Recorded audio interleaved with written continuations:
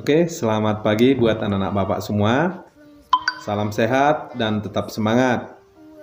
Nah, sekarang kita masuk pembelajaran sejarah Indonesia. Nah, buka buku kamu halaman 184. Materi kita pada hari ini adalah Islam masuk Istana Raja. Nah, sebelum kita memulai pembelajaran kita, marilah kita berdoa terlebih dahulu. Kita ambil sikap berdoa. Dalam nama Bapa dan Putra dan Roh Kudus. Amin. Tuhan yang Maha Baik, terima kasih Bapa, kami ucapkan kepadamu atas berkat-Mu kepada kami hingga pada saat ini. Tuhan, kami mohon berkatilah pembelajaran kami sepanjang hari ini.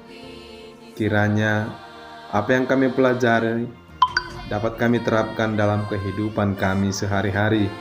Terpujilah nama-Mu Tuhan, kini dan sepanjang masa. Amin. Dalam nama Bapa dan Putra dan Roh Kudus. Amin. Nah, materi kita adalah Islam masuk Istana Raja. Tujuan pembelajaran kita, pada bagian ini kita akan mempelajari secara garis besar awal pertumbuhan dan perkembangan kerajaan Islam. Nah, tujuan pembelajaran kita setelah mempelajari materi ini, kamu mengetahui bagaimana pertumbuhan dan perkembangan kerajaan Islam di Indonesia. Nah, uraian ini terutama dipusatkan pada beberapa pusat kekuasaan Islam yang berada di berbagai daerah seperti Sumatera, Jawa, Kalimantan, Sulawesi, dan bahkan di Indonesia bagian timur seperti Maluku dan Papua. Sedangkan kerajaan-kerajaan tidak diuraikan pada bab ini. Kamu dapat mencari informasi melalui berbagai macam buku yang ada. Nah, yang pertama, kerajaan Islam di Sumatera.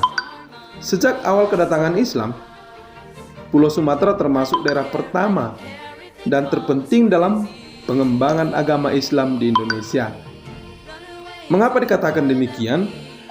Mengingat letak Sumatera yang strategis dan berhadapan langsung dengan jalur perdagangan dunia, yakni Selat Malaka. Berdasarkan catatan Tom Pires dan Suma Oriental, dikatakan bahwa di Sumatera, terutama di sepanjang pesisir Selat Malaka dan pesisir barat Sumatera, terdapat banyak kerajaan Islam, baik yang besar maupun kerajaan-kerajaan yang kecil. Di antara kerajaan tersebut antara lain Aceh, Biar dan Lambri, dan sebagainya. Nah, ada pula yang sedang mengalami perkembangan dan ada pula yang sedang mengalami keruntuhannya. Yang pertama, Samudra Pasai. Samudra Pasai diperkirakan tumbuh berkembang antara tahun 1270 dan 1275 atau pertengahan abad ke-13.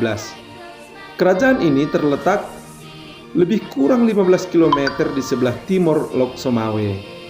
Nah, atau Nanggro, Aceh Darussalam, dengan sultan pertamanya bernama Sultan Malik As-Saleh.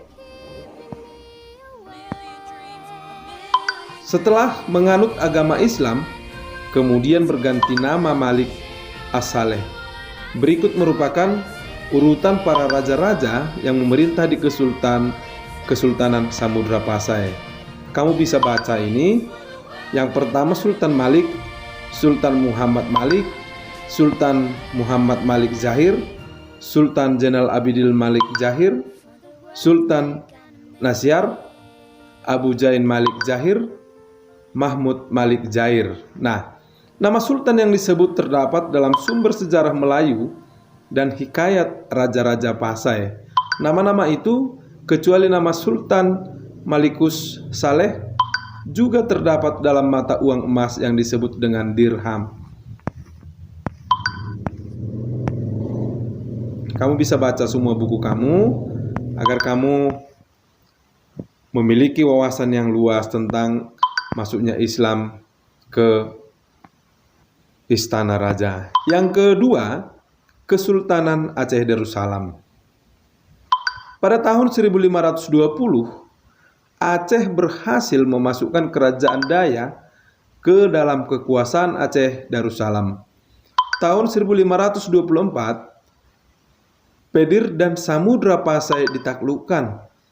Kesultanan Aceh Darussalam di bawah Sultan Ali Mugasyat Shah menyerang kapal Portugis di bawah komandan Sima de Souza Galvão di Banda Aceh.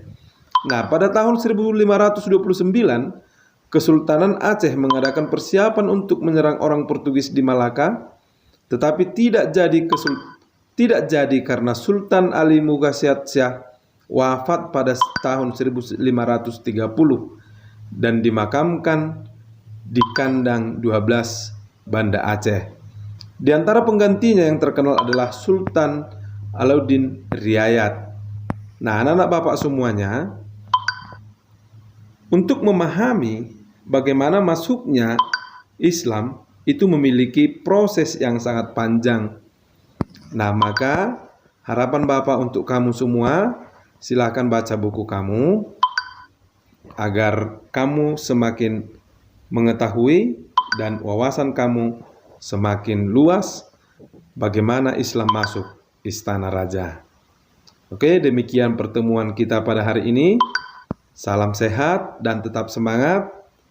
Bapak himbau tetap pakai masker, jaga kesehatan, dan tetap kita hindari keramaian. Oke, sampai jumpa pada pertemuan minggu depan. Salam sehat, demikian dan terima kasih.